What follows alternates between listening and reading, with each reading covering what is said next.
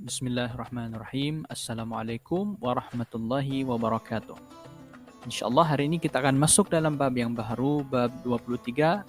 Tajuknya Wanita Suri Teladan Ummah. Apa yang anda faham tentang suri teladan? Wanita taulah perempuan. Suri teladan.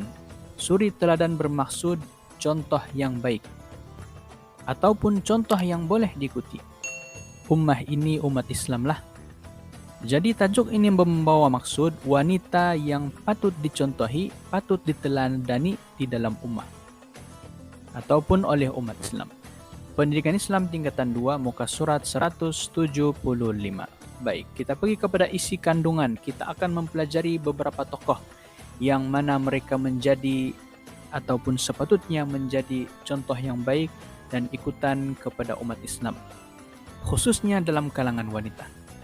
Tokoh yang pertama adalah Sayyidatina Khadijah radhiyallahu anha, yang kedua Sayyidatina Aisyah radhiyallahu anha, yang ketiga Sayyidatina Fatimah radhiyallahu anha, dan yang keempat Sayyidatina Sumayyah radhiyallahu anha. Di zaman kita ini muncul pelbagai individu yang menjadi contoh ikutan dan mungkin juga rujukan sama ada dari sudut sumbangannya maupun sifat pribadinya. Sehingga kan kita ni kadang-kadang keliru sifat pribadi manakah, siapakah yang patut kita contohi. Sebenarnya dalam Islam, agama Islam telah pun ada tokoh-tokoh yang sepatutnya menjadi contoh ikutan kita sepanjang zaman. Iaitulah para sahabat Nabi SAW. Maka dalam bab kali ini kita akan melihat beberapa tokoh, khususnya wanita yang perlu kita jadikan sebagai contoh ikutan.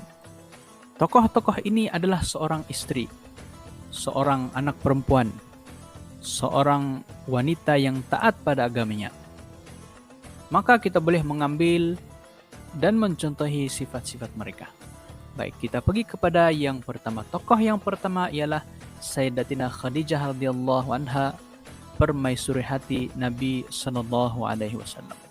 Nama sebenar Khadijah binti Khuwailid, keturunan bangsawan Quraisy daripada suku Bani Asad. Gelaran At-Tahirah bermaksud suci maruah diri.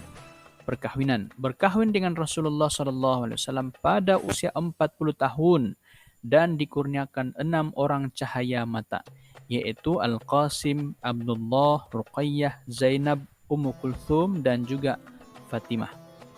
Kerjaya beliau adalah tokoh perniagaan yang kaya dan juga berjaya. Keislaman, orang pertama yang menerima Islam.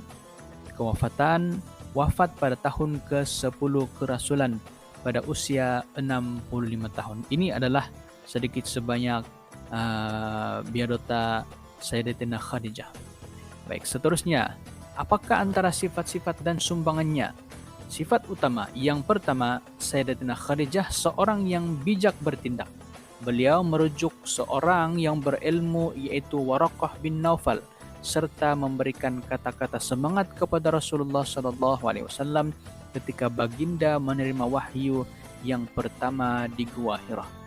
Peristiwa ini berlaku apabila pertama kali Nabi mendapat wahyu. Maka Sayyidatina Khadijah pun memanggil seorang pendeta Nasrani yang namanya Waraqah bin Naufal untuk melihat apakah yang dialami oleh Nabi SAW. Bukan setakat itu, beliau juga memberikan kata-kata semangat dokongan kepada Nabi SAW. Yang kedua, Sayyidatina Khadijah mempunyai semangat pengorbanan yang tinggi. Banyak hartanya digunakan untuk membantu umat Islam pada awal Islam, termasuklah Bani Hashim semasa dipulaukan oleh musyrikin Quraisy. Pada saat kematian beliau, keseluruhan hartanya telah dibelanjakan ke jalan Allah. Pernah satu ketika keluarga Nabi SAW ini dipulaukan oleh kaum Arab Quraisy. Orang Arab tidak mahu berbicara dengan mereka, tidak mahu bertemu dengan mereka, tidak mahu berjual beli dengan mereka. Tetapi alhamdulillah Sayyidatina Khadijah dengan kelebihan kewangan yang beliau ada, dia support semua, dia belanjakan semua hartanya kepada keluarga. Baik, sumbangan Sayyidatina Khadijah radhiyallahu anha bersama dengan suami yang tercinta.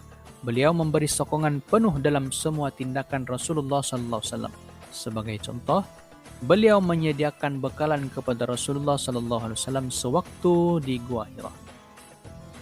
Ini peristiwa di awal-awal Nabi mendapat wahyu dahulu. Yang kedua, Sayyidatina Khadijah menjadi pendorong dan penyokong perjuangan Rasulullah SAW menyebarkan dakwah Islam. Sayyidatina Khadijah radhiyallahu anha telah membelanjakan semua hartanya untuk Islam. Beliau membantu orang yang kesusahan dengan hasil perniagaan. Seterusnya, iktibar, pengajaran. Kita hendaklah bertindak dengan bijak, sebagaimana Sayyidatina Khadijah mendermakan harta di jalan Allah Subhanahu wa taala. Yang kedua, suka membantu. Yang ketiga, istiqamah, berterusan memperjuangkan agama Islam dan sentiasa menyokong anggota keluarga yang berdakwah di jalan Allah Subhanahu wa taala, bukannya menjatuhkan. Baik. Kita pergi kepada tokoh yang kedua, Sayyidatina Aisyah radhiyallahu anha, Serikandi ilmu. Nama sebenar beliau adalah Aisyah binti Abu Bakar, keturunan bangsa Quraisy daripada suku Bani Taim, gelaran As-Siddiqah. Sedikit sama dengan gelaran kepada ayahnya. Abu Bakar As-Siddiq, anaknya pula As-Siddiqah, yang bermaksud wanita yang berkata benar. Dan juga ada nama kedua Al-Humaira, maksudnya putih kemerah-merahan. Berkahwin dengan Rasulullah SAW pada bulan Syawal 3 tahun sebelum berlakunya hijrah. Kewafatan pada tahun 58 hijrah pada usia 67 tahun. Baik, kita pergi kepada sifat utama yang ada pada Sayyidatina Aisyah radhiyallahu anha. Yang pertama, cerdas dan pintar. Sayyidatina Aisyah radhiyallahu anha mendapat didikan daripada ayahandanya, yaitulah Sayyidina Abu Bakar As-Siddiq, dan daripada Rasulullah sallallahu alaihi wasallam. Ini adalah kelebihan yang hanya ada pada Sayyidatina Aisyah. Beliau rajin bertanya dan selalu mengikuti majlis ilmu Rasulullah sallallahu alaihi wasallam.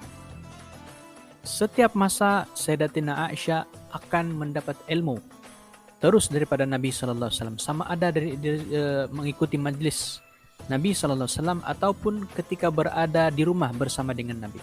Sayyidatina Aisyah akan mendapat jawaban daripada Nabi sallallahu alaihi wasallam secara langsung jika ada pertanyaan.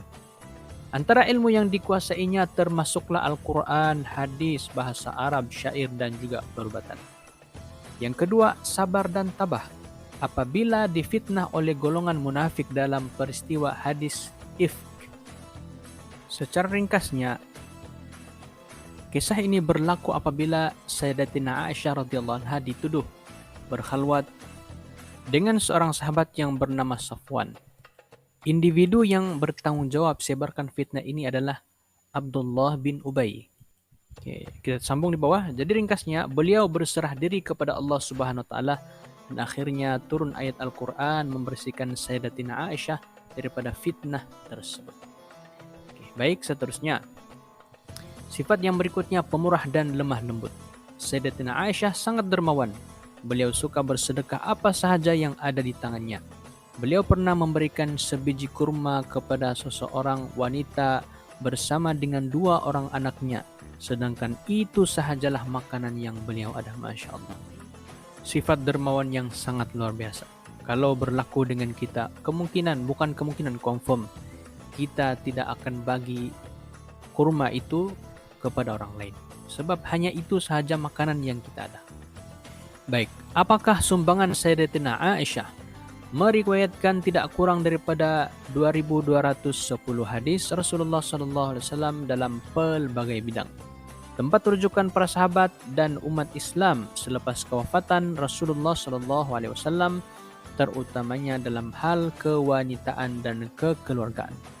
Seterusnya, pakar dalam pelbagai bidang ilmu, antaranya termasuklah ilmu Al-Quran, hadis, fiqh, terutamanya fiqh kewanitaan, bahasa Arab, dan syair.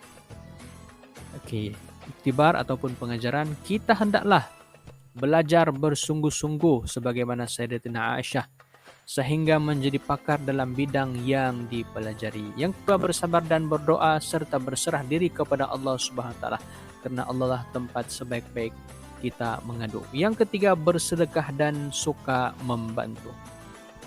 Tokoh yang ketiga, Sayyidatina Fatimah radhiyallahu anha, Ratu Syurga. Nama sebenar Fatimah binti Muhammad, anak kepada Rasulullah Shallallahu Alaihi Wasallam. Gelaran Az-Zahra yang bermaksud putih berseri-seri. Berkahwin dengan Sayyidina Ali radhiyallahu anhu dan dikurniakan 4 orang cahaya mata, yaitu Hasan, Husain, Zainab, dan Ummu Kulthum.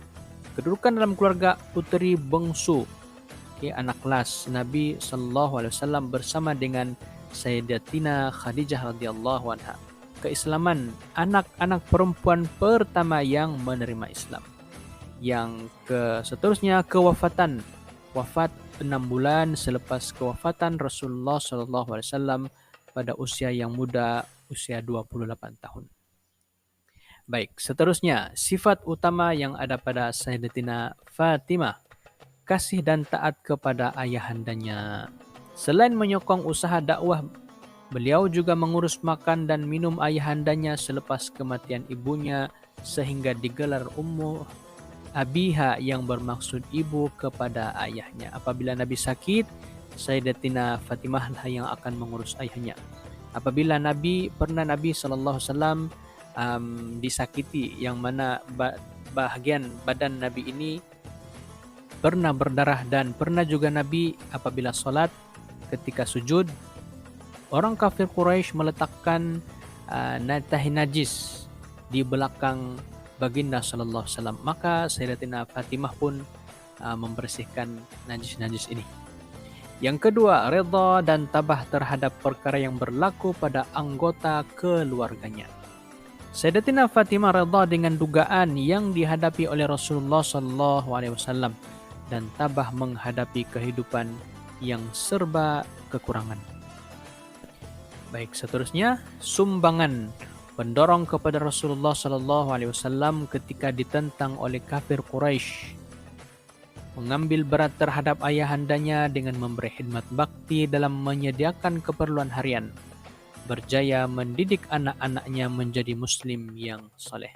Jadi apa pengajaran yang kita boleh ambil daripada Sayyidatina Fatimah? Kita mestilah menjadi anak yang soleh dan solehah dengan berkhidmat kepada ibu bapa di rumah. Bila ayah dan ibu kita sakit, kitalah yang menjaga dan mengobati mereka. Bila mereka perlu kepada sesuatu, siapa lagi? Kita yang akan memenuhi hajat mereka. Dan bukannya menjadi anak yang derhaka, anak yang tidak ingat jasa kedua ibu bapa. Yang kedua, mendorong mewujudkan keluarga yang mentaati Allah Subhanahu wa taala. Baik, tokoh yang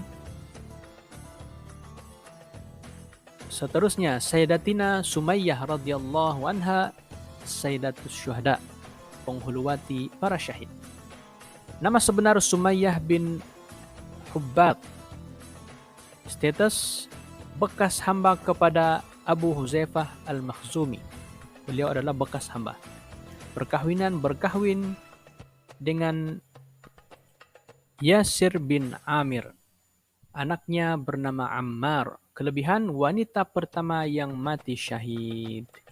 Mati syahid ini mati sebab menegakkan akidahnya, menegakkan imannya. Keislaman, keluarga Sumayyah antara golongan terawal memeluk Islam. Kewafatan disula dengan tombak oleh Abu Jahal. Baik. Sifat utama, kesabaran yang tinggi dalam mempertahankan akidah Islam. Sumayyah dan anggota keluarganya diseksa dengan kejam di tengah kepanasan padang pasir, sebab keluarga ini antara keluarga yang awal masuk Islam dan mereka menjadi tumpuan kepada kafir Quraisy. Ketika itu Islam belum kuat lagi, jadi orang-orang Islam ini senang dibuli. Teruskan, Sumayyah dan keluarganya dipaksa untuk kembali kepada agama asal mereka, tetapi mereka tetap beriman kepada Allah Subhanahu wa taala.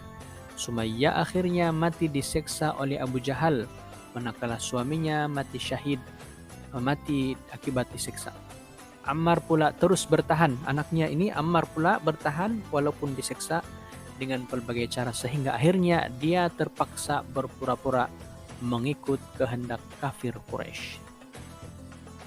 Baik, dari sudut sumbangan menjadi contoh dalam mempertahankan agama Islam dengan sanggup menggadaikan nyawanya demi Islam.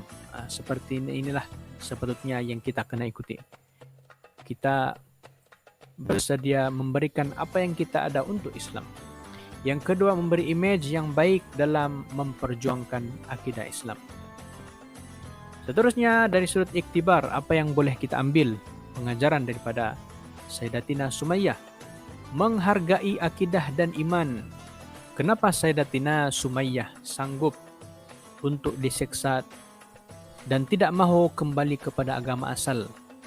Jawapannya sebab dia mengetahui nilai kepada akidah dan iman, mengetahui nilai kepada iman pada Allah Subhanahu wa taala dan Rasulnya. Sebab inilah teras kita sebagai orang Islam. Apabila perkara itu bertentangan dengan akidah, kita tentang.